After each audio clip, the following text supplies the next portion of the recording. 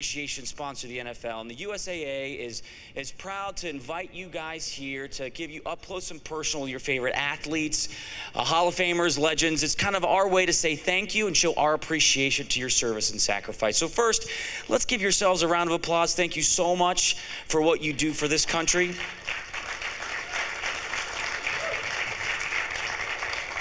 And I see him coming now. What about, he's coming down now, but in the meantime, I want to know where are the Patriots fans at? Any Patriots in the house?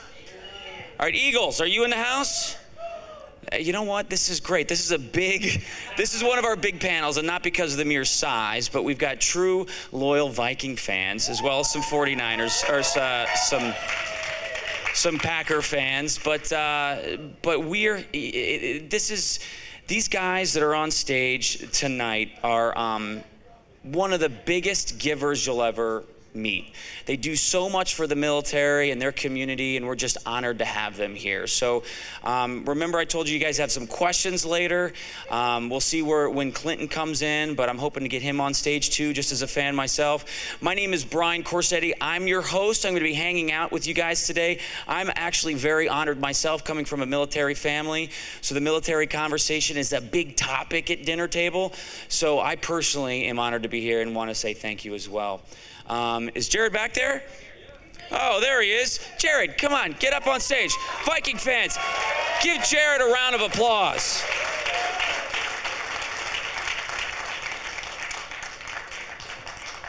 Grab a seat. Thank you, man. I didn't see you. It's so bright up here, isn't it? Testing, there we go. There they had me go. down on the green when we're waiting for Clinton, I think, but traffic is crazy out there. Yeah, he'll be joining us a little bit later. Yeah. I got here early and avoided car accidents and fist fights in the streets, so it was awesome.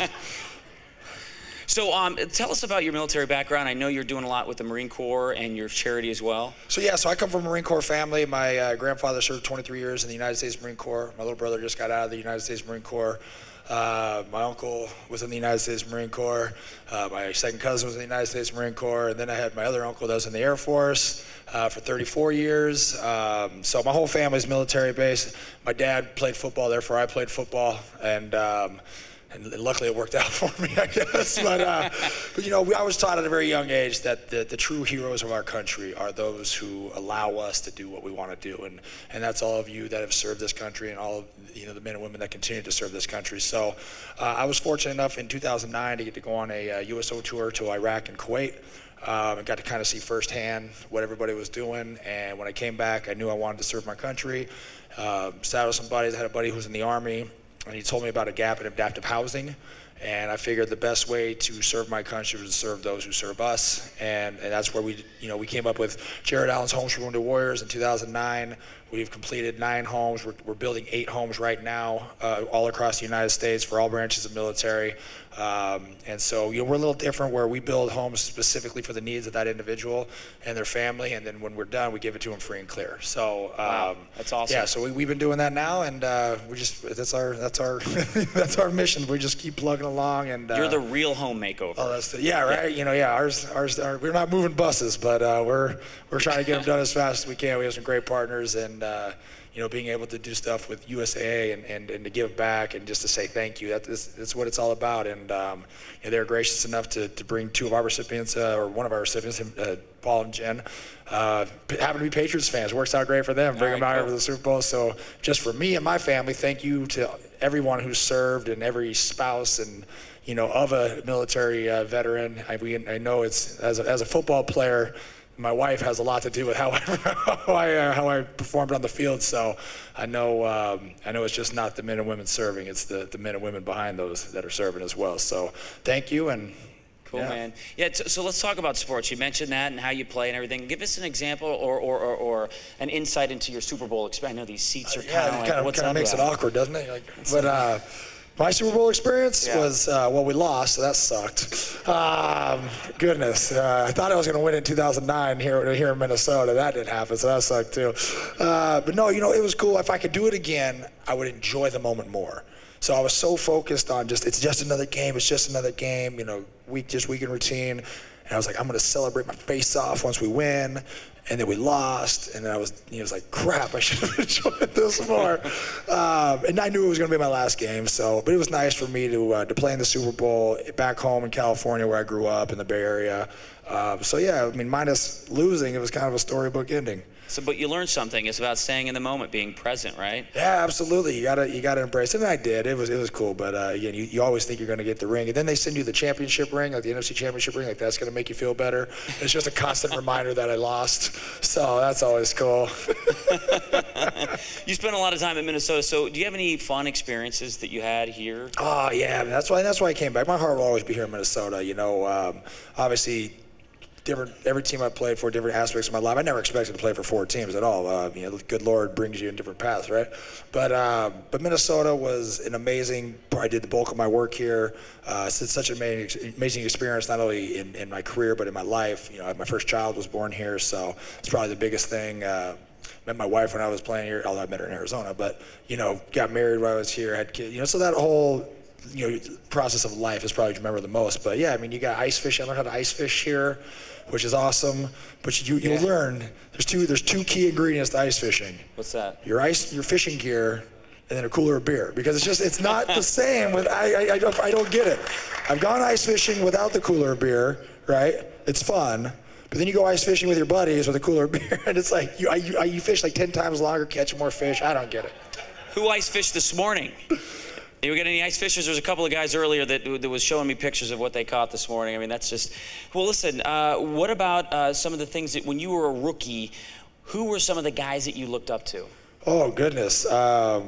When I was a rookie, so I was a big fan. Well, I got to play with a lot of them. So I got to play with Tony Gonzalez as a rookie. I got to play with Willie Rofe as a rookie. I got to play with Kyle Turley as a rookie. Will Shields as a rookie.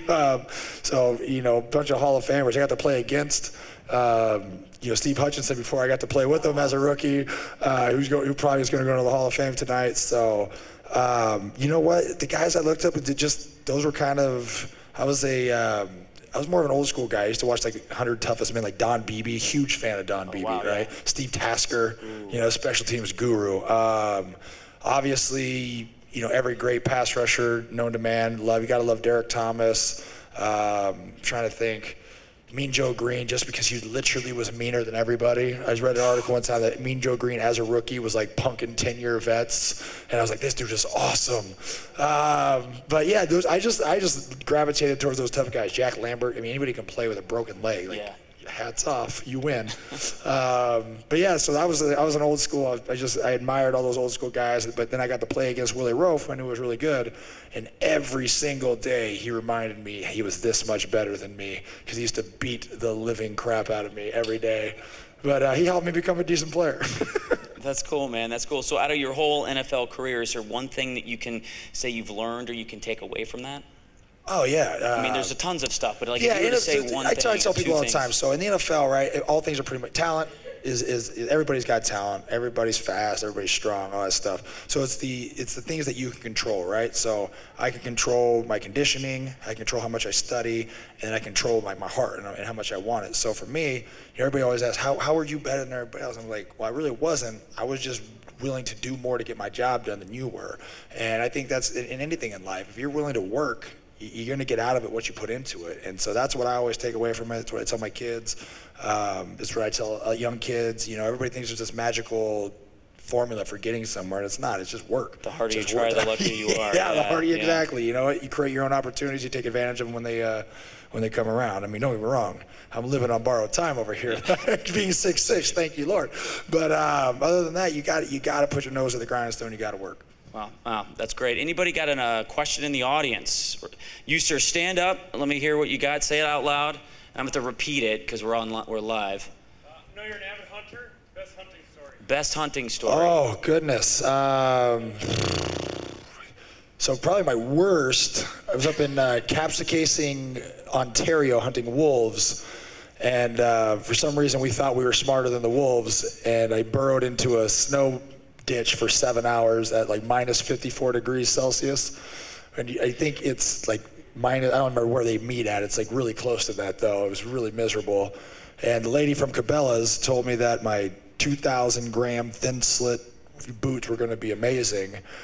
After 7 hours and frostbite setting in, I was really wishing I had a cell phone to call that lady from Cabela's to tell her she was full of crap. And this wolf kept just poking his head out and just like mocking us, like, oh, there he is. Okay, he's gonna come out. No, he didn't. We're waiting 3 more hours. So finally, I got on the radio and I was like, I don't care what anybody says. If you challenge that I'm not tough enough to stay out here, I will fight you. But I am going back to the lodge. I want a glass of hot cocoa. And so no, that's probably my most memorable, just because my buddies were just like, oh my gosh, what is wrong with your feet? I'm like, I wasn't joking. I was freezing to death out here for a wolf that outsmarted me.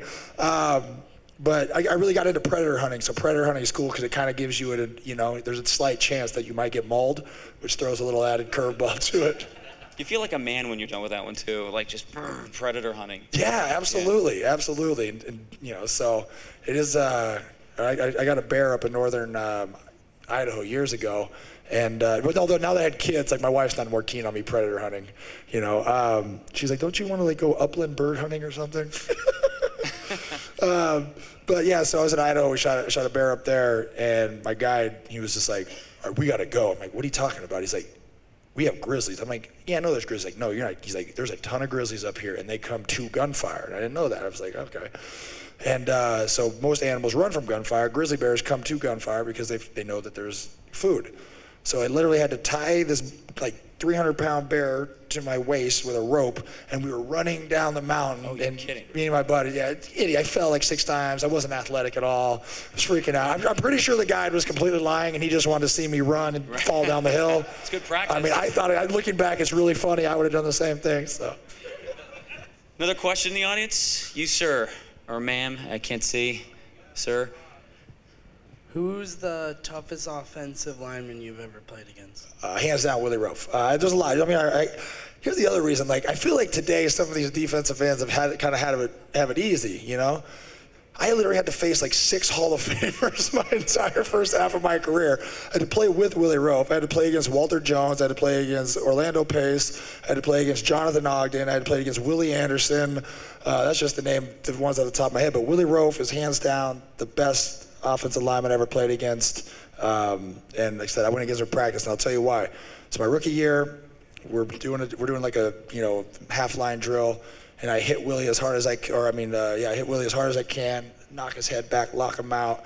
Greg Shields, I think, or Jan, I don't know, Greg, I can't remember his name. Our safety came down and smashed Priest Holmes, right? And defense is like, yes. Coach Vermeil lost his crap. I mean, just lost it. It was like, nobody touches our ticket. So I guess he was our ticket to the Super Bowl. The rest of us were mere nothing. And so we have to do it again. So I'm like, crap. So I hit Willie as hard as I can again. And this is when I realized I wasn't nearly the man I thought I was. Willie picked me up off the ground, ran with me for about 3 yards, threw me on the back of my head. As I tried to get up, he speared me in the back.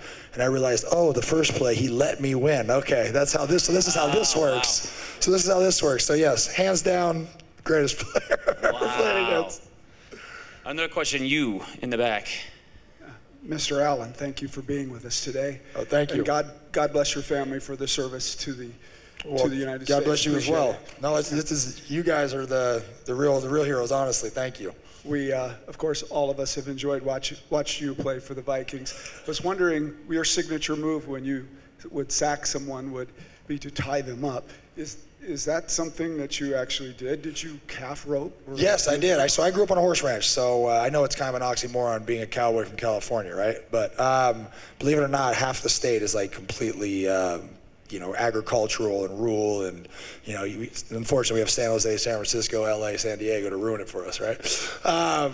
But no, so I did. I grew up on a horse ranch. My dad trained reining, cutting horses for 35 years. And so my grandfather, after he got out of the military, owned a huge Appaloosa farm in Northern California for years. So yeah, I grew up roping, grew up junior rodeoing and stuff like that. And so Neil Smith, when I was in Kansas City, was like, you need to do something to really, that's something that's signature to you. And so I was like, down about it. I'm like, you know what? It's perfect. You know what? When you tie down a calf, right? Throw them down, tie them up, throw your arms up, they stop the clock. So we're just stopping the clock on the quarterbacks, and people liked it. It worked out well, and I've heard everything from Jack in the Boxes to this, that, so I just let people do what they want to do with it. All right, guys, you saw him walk in. Let's hear it for Clint McDonald, ladies and gentlemen. Thank you so much. Thank you so much. I got a couple questions for you, and then we're going to toss it back out to the crowd. And I know this young lady had something for you, Jared, so go ahead. Oh, yeah. Let's just get you to... What's your favorite activity as a kid? My favorite activity as a kid, I was a meat stick. It was sports, 100%. Sports and mischief, whatever I could get my nose into, and that was it. I lived and died for sports. So Jared, let's tell us a little bit about your how your military experience in your family and how much that means to you. Basically, my military experience, it comes all the way down from my grandfather and my great-grandfather in World War II. My uncles were in Vietnam War. One was an infantry and army, and got a Brown Star recipient. I have an uncle who's was in the Gulf War, got the Medal of Honor, and my mother was in the Army as a captain. My father was in Vietnam as a engineer on the C-130s, and he still actually works for Lockheed Martin as a flight instructor in Little Rock Air Force Base. Those who are military familiar, most of you are, with Little Rock Air Force Base, if you were in the Air Force or whatnot. And just basically, my great-great-grandmother was a part of the WAGS program during the World War II program, which was actually the first time women actually served in a military role as nurses and those who support the troops. So I'm kind of deep infiltrated. My brother just retired due to a leg injury from the Air Force himself.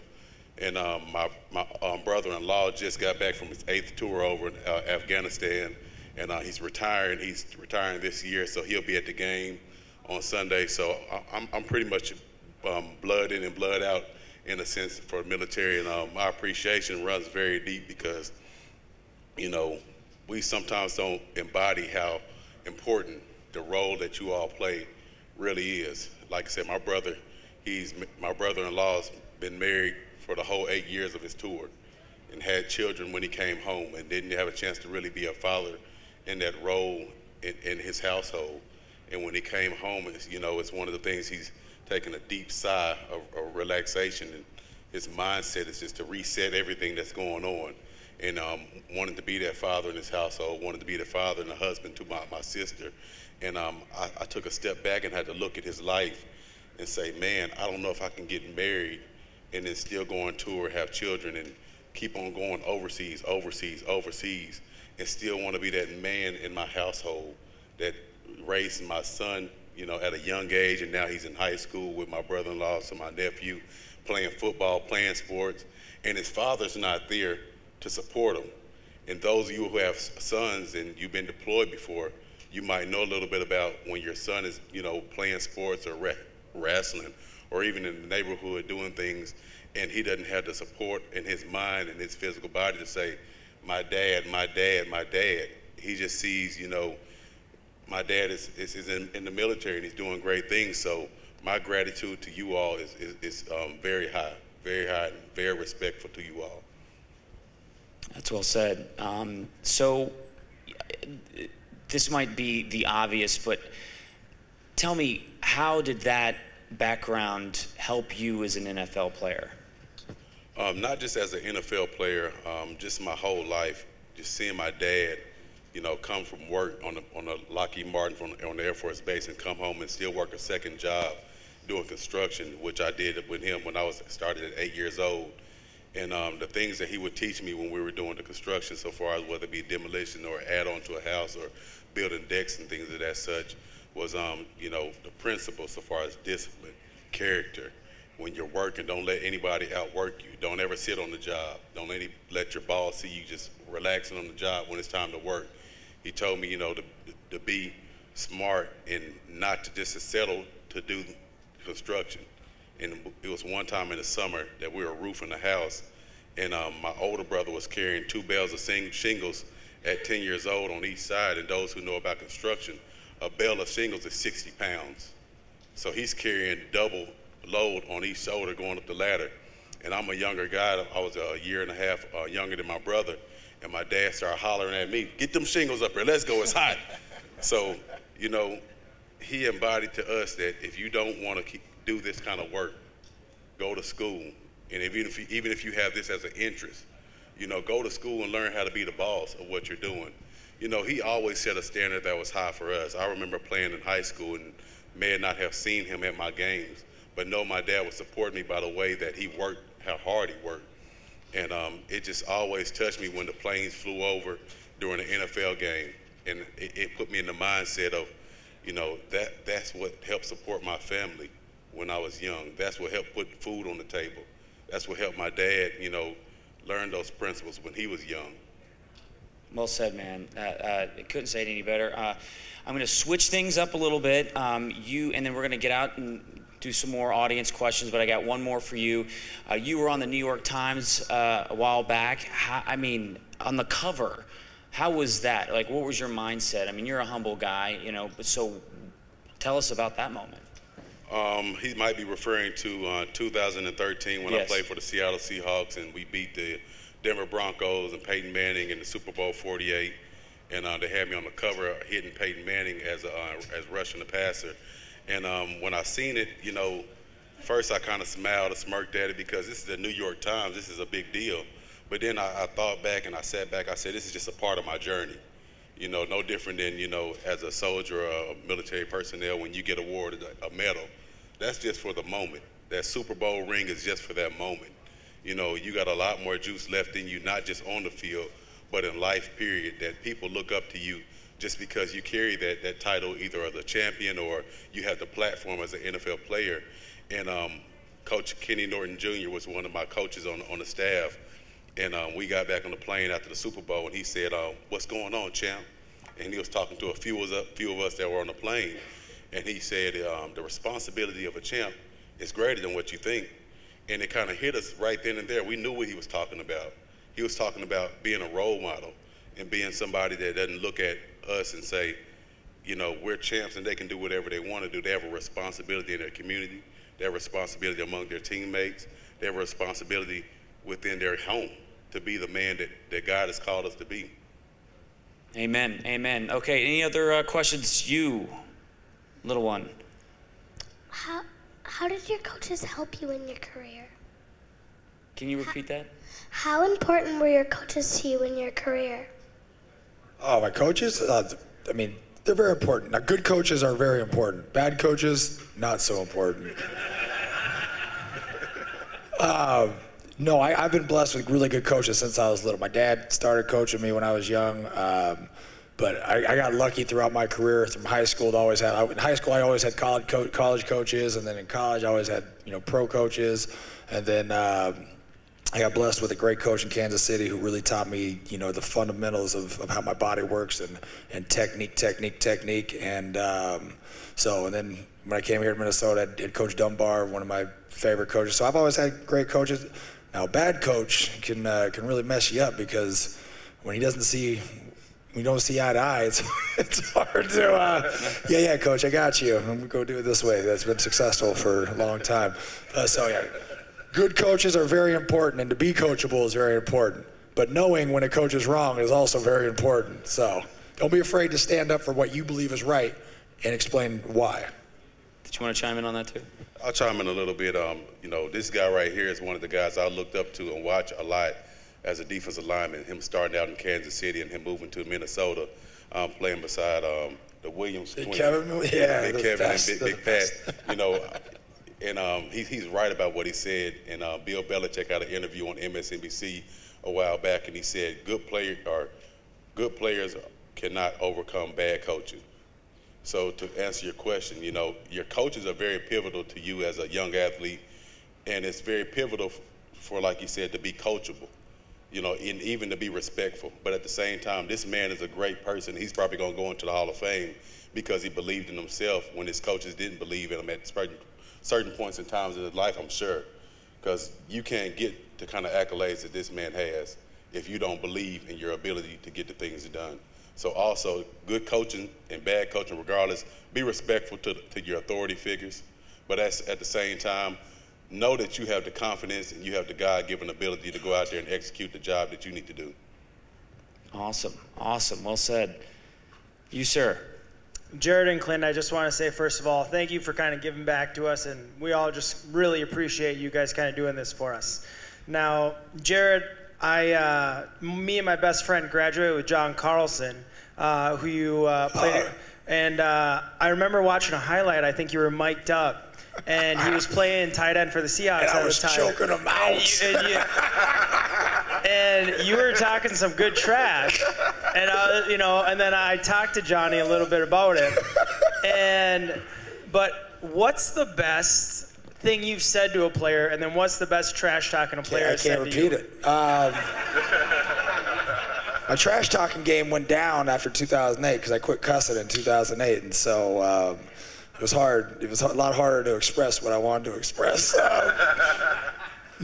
So here's my thing with trash talking. I think it's awesome because if you're mentally unstable enough to let me get in your head, I'm going to dominate you all game long. And there's another reason why I was talking bad about John Carlson. At the time, I like John. John's a phenomenal human being. It makes it awkward when you play with somebody after that too. Like, hey, buddy. Sorry about that. So I was taught, go back to this about how important coaches are. When I got in the NFL, I was told that tight ends are not real people. They are half people. And as defensive linemen, we are real people. And half people never block real people, therefore you dominate half people.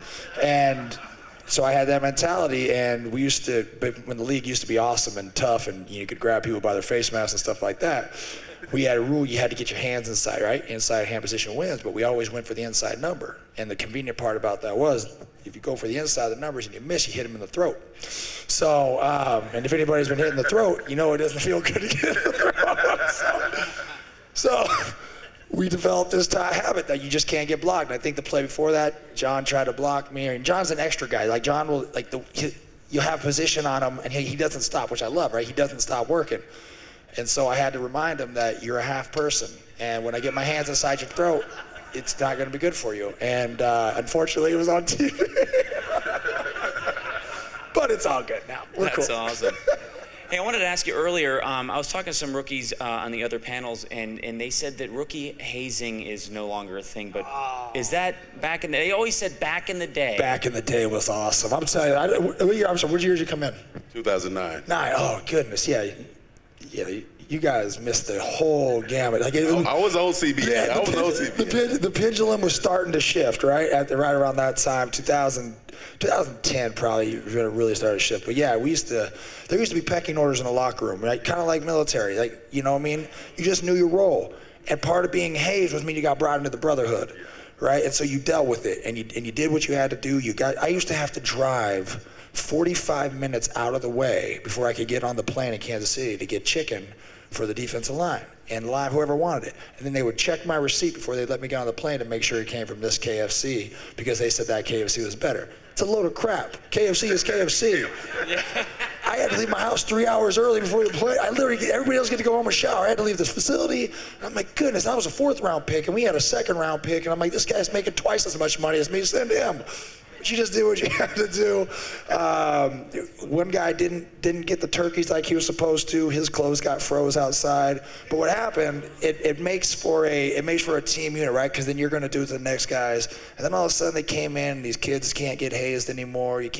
Everybody has to win. You know, it was ridiculous. And it's just a softer breed. We used to be tough, and you used to have a rite of passage. And now everybody gets a turn. And so, yeah, we got in some serious trouble when I came to Kansas City. It was 2000. Or Minnesota, 2009 was,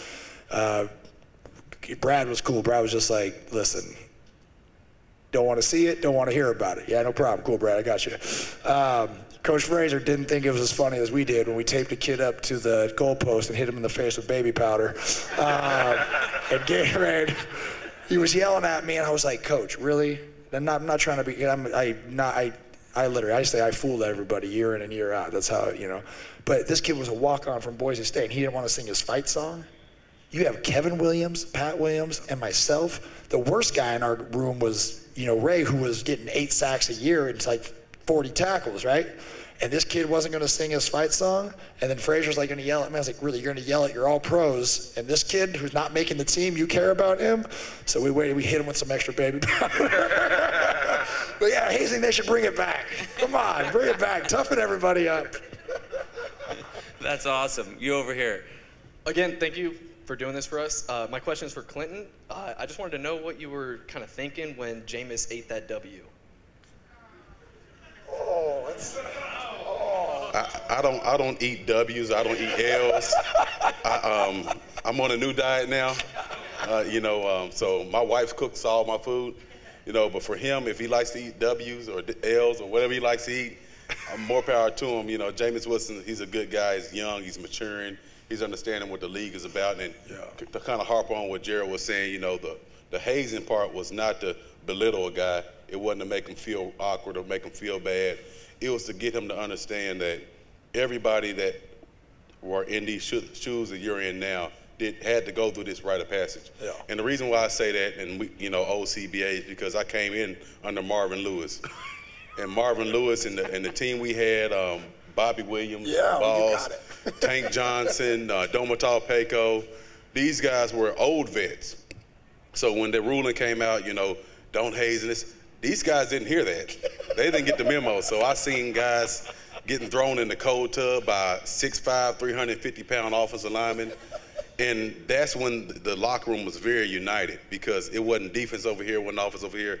If a rookie didn't do something, as defensive lineman and offensive lineman, we're finna take control and we're finna get it done. And when I seen that, it showed that it humbled me. It humbled me because you coming out of college, everybody that goes into an NFL locker room as a rookie thinks they're hot stuff because they're here. But at the same time, these guys have been hot stuff for years in the NFL at a pinnacle that it gets no higher than this. There's no league outside of the NFL that says, oh, we're the next league of football that's higher than the NFL. No. This is just like the military. When you reach a 5-star general, you're not getting any higher than the 5-star general other than the commander-in-chief. So it makes sense, and it's all an order in the way you do things. Yeah. Do you want to say something? No, I appreciate it. You look, I mean, we all had to do it. I got tomatoes thrown on my face. Like, come on.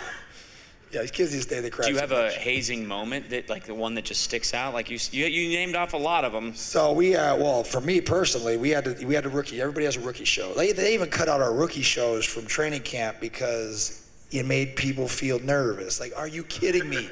You're an alpha male. You feel nervous. Like, shut up. But so, on our rookie show, first of all, the vets made us run out the bar, right? And again, who am I going to say? I have Tony Gonzalez. You run down the list, Trent Green, Willie, I had all these people that are going to be in the Hall of Fame one day, right? So all right, we want to have drinks at this bar at this time. So we run out this bar, right? I think we were making $400 a week in training, and not even that in training camp, I don't even know. Cost $4,000 to rent this bar out, which is like every ounce of money I had at this time. 4th round picks didn't make a lot of money back then. And they didn't show up. So that was awesome. So that was cool. So we had to foot that bill. So then we had to ride our bikes back to the rookie show, and we're up there, and I'm making fun of our D coordinator, and all of a sudden I'm just getting pelted with full tomatoes. Like, what? Oh, like bridge of your nose busted, getting pelted with tomatoes. It wasn't that fun. They used to take what they called hurricane season, and in the middle of the night they'd put a trash can full of water outside our dorm room and knock on our door, and you're 2 in the morning, you don't know. You wake up and you open your door, and next thing you know, your dorm room's flooded, and you're just like, oh, this sucks. This sucks. Yeah, so they used to mess with us all the time. Like I said, chicken and you name it, they just did it to us. It's good times. Go ahead. Did you? Kind of like good, bad, and ugly. Good was every Saturday, the rookies had to pay for a meal, had to cater the meal for the whole building. So the chefs didn't come in, and that was one of the good things about the hazing part, that you felt like you were a part of it when you paid for it, even though, it started from the 1st round and it went down to the 7th round. I was a 7th round draft pick. So, you're waiting for your turn because the guys appreciate when you bring good food in, So when it was my turn, we catered a restaurant that was based out of Alabama, and they loved the crab croquettes and things of that such for breakfast, and, the eggs and all. They loved it all. The ugly moment was when in training camp, we used to do training camp when I was a rookie in my 2nd year in Cincinnati and Georgetown, Kentucky, which if you are familiar with Cincinnati or the Georgetown, Kentucky area, it's basically a college or junior college in the back of a bunch of tobacco fields, and it's hot, So if we weren't doing anything that, or we weren't doing things that they told us to do, they would kind of have like a wake-up session in the middle of the night. Oh, wow. So the wake-up session would consist of somebody knocking on your door until somebody answer the door, and they'll have a fire extinguisher waiting for you when you open the door. And then I'm serious, and these are big guys. Like, me and Jared are big, but like these are big guys, and it's a lot of them. So Tank Johnson's a huge man. Little Tank Johnson. Tank Johnson's a huge man. So they bust in the door and they're spraying the whole room with the fire extinguisher, and then they catch you slipping again. They're finna get a bunch of beer and just drench your bed. Just drench your bed. So you're not getting a good night's sleep at all. But those are the things that humble you in the league. Yeah, I'm mad I didn't think of the fire extinguisher. That's a good one. That's a good one. That's awesome. Do you guys have anything else you want to add to them, or you guys having fun, by the way? We have time for one more question. I'm getting the wrap-up sign, but you, sir, you've raised your hand all the time. So stand up real quick, shout out what you want to say real quick, and. Sure. Thank you again very much for all the service that y'all have done and everything that you've had. Y'all have great records, and you're going to be remembered for a lot of great things that you did on the field. What do you hope will be something you're remembered for beyond the field, and that'll inspire that next generation? The question was, what do you hope to be remembered for beyond? So I always say this. It's actually, I think it's really sad when we have people pass away and the first thing they say is like, oh, he was a great football player, right? I always tell people I became a better football player when football slid lower on my priority list. So first and foremost, I hope people say I was a good man of God, right? That I left a lasting impression. Then I hope they say I'm a great husband and a great father. Those are my three most important things in the world. And by accomplishing the first one, I usually accomplish the second two. So that's for me. And it's a difference between being successful and significant, right? So I want to be significant in this life. Success can be measured on many different levels, but significance is what you leave with other people. And that's my goal is when my time on this earth is up, that, I hope someone 4, 5, 6 down the road say, oh yeah, by the way, he was a really good football player, but he was a much better man. I agree. Let's give these two gentlemen a large round of applause. Thank you so much. I'm honored to be here to interview you guys. They're going to be here for another half hour to sign autographs and stuff. So once they get off stage, you're going to be right over here. So get everything ready, and thanks again.